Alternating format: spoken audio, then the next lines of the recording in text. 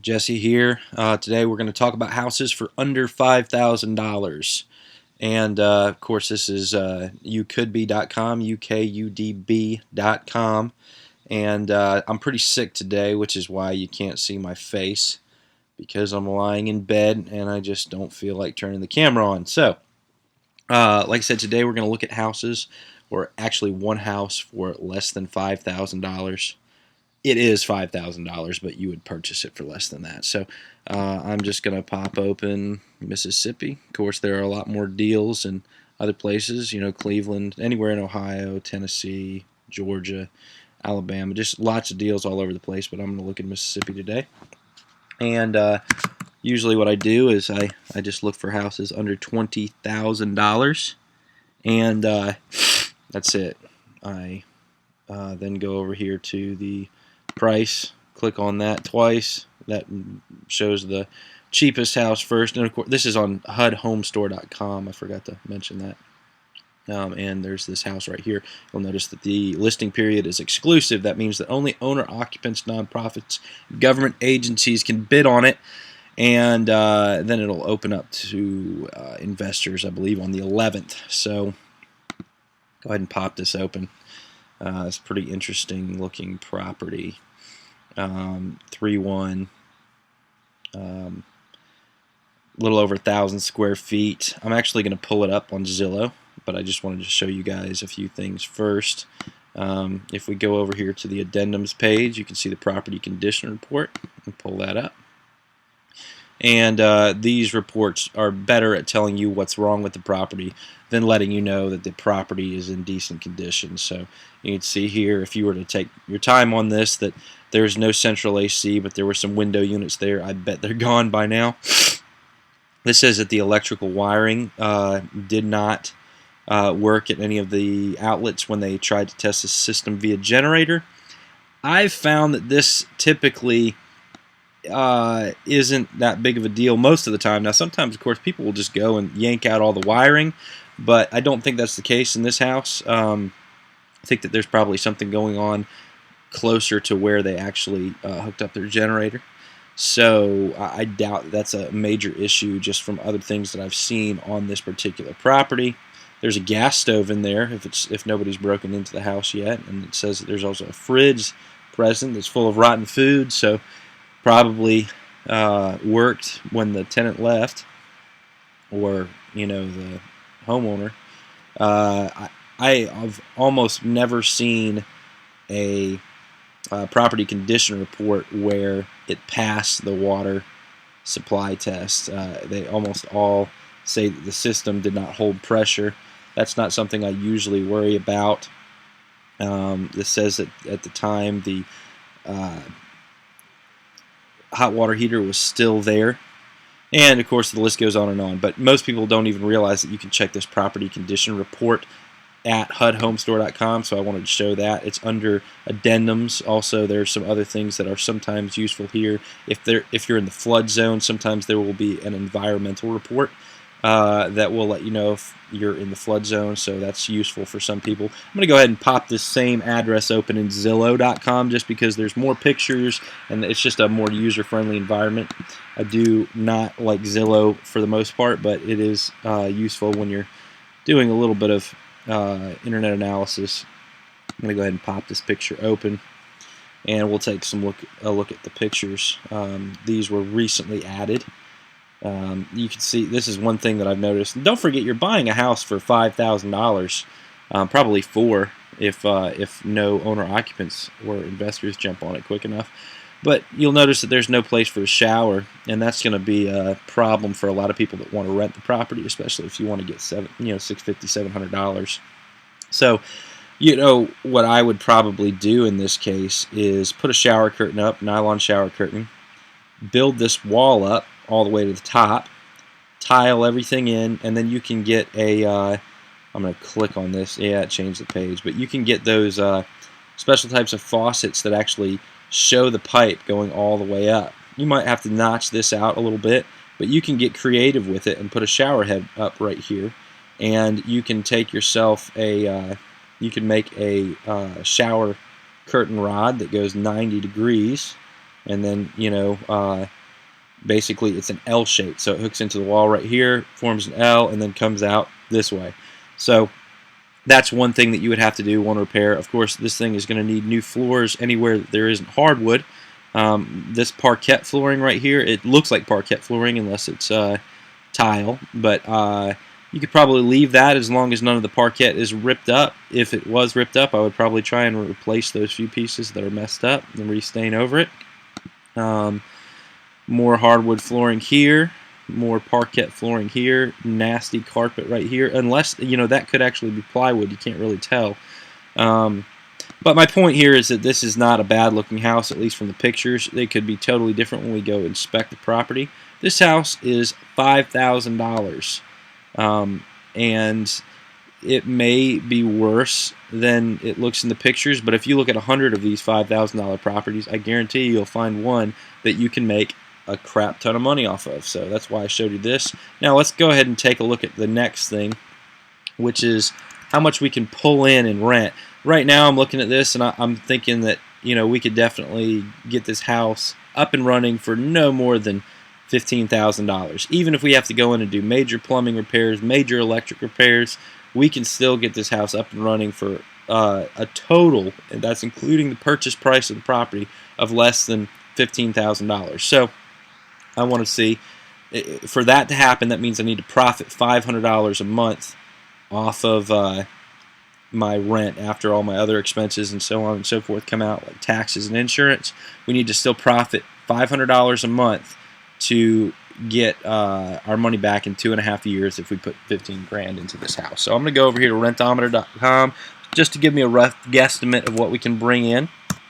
I punched in that password and or not password, that address, and I'm just going to say I want $650 a month just to see if that's feasible, and then we'll say 3 bedrooms. Analyze my rental, and it's going to do a little pull up a report right here. You can see that it pulled up 15 listings of 3-bedroom rentals in just under a 1-mile radius. We look at this map right here, you can see that, well, first of all, the average rent is $653 right here, and the median is $690. And we're going to go ahead and click on some of these rentals in the area. I'm going to stick to this side of Martin Luther King Drive, just because I'm not very familiar with the neighborhood, but I believe that they're going to be more comparable over on this side right here. So you can see way up here, this green means it's super low. They're only charging $500 a month. Let's go take a look at that in Zillow just to see if they have any pictures up of this $500 a month rental on Zillow. I'm going to close that out. This is the lowest price I think that rent range pulled up. So let's see what a $500 a month property pulls up in this area. Might not show us anything. It's 915 square feet, 3-bedroom, 1 bath. Doesn't look like we have any pictures, so we're going to have to resort to Google Streets. Whoop, not sure what that is. Let's just go to Google and punch in that same address. Let's look at the Google Streets here. We're not going to be able to see any interior photos, but we can get an idea of the neighborhood. I don't know, is it that yellow house?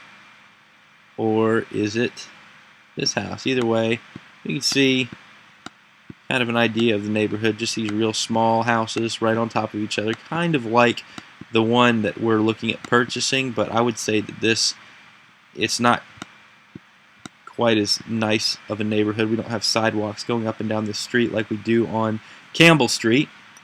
Alright, let's go ahead and compare our house. See, our house, of course, is this one with the star right here. Let's compare it to this expensive house with $800 a month. 614 Maple Street, Jackson, Mississippi. Is that on Zillow.com? Let's see here. And keep in mind, these are, we see one picture. It's 1,224 square feet, so it's about 150 square feet more than what is what the house on Campbell Street is. What about that? They couldn't even change the orientation of the picture, but it looks fairly nice in here. I don't know if I'm not sure who would pay $800 a month in that neighborhood for this house, though. Well, actually, I do. If you're on Section 8 and you have $800 available, are you really going to rent out the house for $500 a month when you're not going to get to keep the extra $300? Or are you just going to go with the $800 a month house? You're going to go with the most expensive house you can get. Because, I mean, otherwise the money just goes to waste. You may as well just use it. Oh, and it's 3-bedroom, 2-bath. So that will give you an extra couple hundred or $150 right there. Let's see what this one right here is worth, or is going for. It's $700 a month, and this will be the last one I pull up in Zillow. I'm just trying to show you guys some of the things you can do to, you know, calculate your risk versus reward. You know, this is very close to what we have. Then it's 1,098 square foot, so only about 30 square feet more than the 630 Campbell. 3-bedroom, 1-bath. It doesn't look that great. Actually, it looks almost exactly like the house on Campbell.